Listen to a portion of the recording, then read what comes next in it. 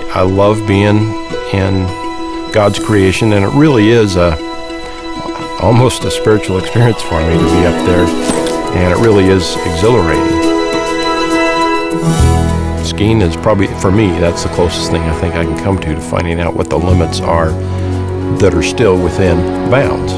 I've been patrolling now for 18 years. We'll begin our second service by singing on I've been an LDS bishop now 22 months. Bishop Lauder is a really fun bishop. He knows how to connect with the youth. We've got 3 left over from when we did this before that we didn't have time to get to. He's not just my bishop, you know.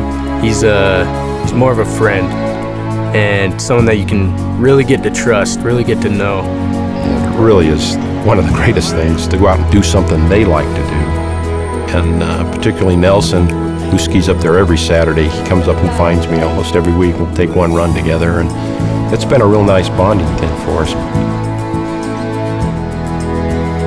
There are many similarities to what a patrolman does each day they patrol and what a bishop does on Sundays. For our patrolling, we start out every day with what the resort terms buffing out your area. And what that entails is first and foremost setting up the boundaries, making sure the ropes that are put up the first of the season are maintained on a daily basis. It's enticing to go to the back areas that are marked off because there's fresh snow that hasn't been skied in. There's nobody there. It's just by yourself, and you want to get that good snow. The good snow is just beyond the boundary. If you don't play in the safe areas, you get in trouble in those areas because there's so many things that aren't really what they seem. The warning signs we post and the boundaries we set are sometimes ignored. But the problem is, underneath that fresh layer of snow in the out-of-bounds area, you have rock bands that might only be a few inches under there. You have tree stumps that have just barely been buried that could hook a ski underneath the snow that you'd have no idea that they're under there.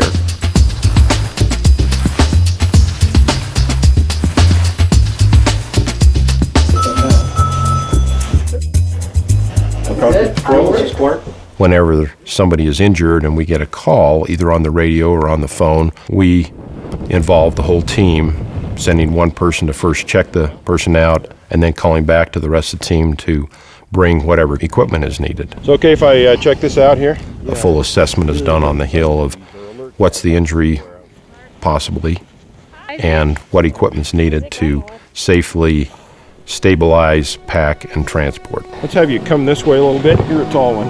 The comparison between the work we do in patrolling and what a bishop would do within his ward, particularly with the youth, is clearly establishing boundaries in both senses and identifying those things they can do to prevent the injuries in the first place.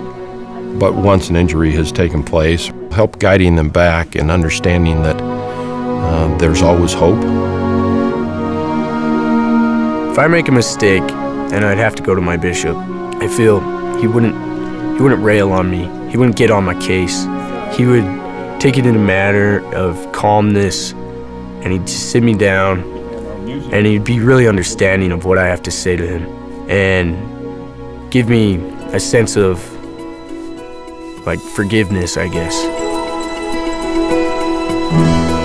And it's true that not many people get to have that relationship with their bishop, that they get to ski with them. Nelson's a great skier. He is fearless about the terrain features. But also remember that because they're in bounds, they were built by people who use those features professionally, making those jumps and features so that they're the right angles, both on the takeoff and the landing, so they don't throw you in the back seat as you're taking off, and as you land, you aren't landing flat, but that you come down on an angle and it's a softer landing.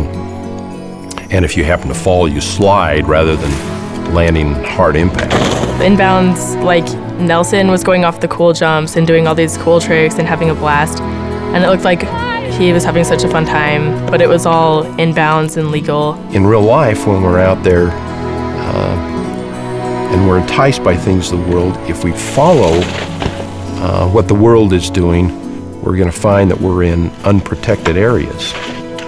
If, on the other hand, we stay within the guidelines that the brethren have given us in modern-day revelation and through the Scriptures, listen to the promptings of the Holy Ghost as we're taught to do, if we're doing those things on a daily basis, then we stay within the bounds, and we find that we didn't miss out on anything, and we had more freedom and more enjoyment by staying within the bounds the Lord has set, just like people do skiing when they stay in bounds. Ski safely, but get to do some pretty incredible things.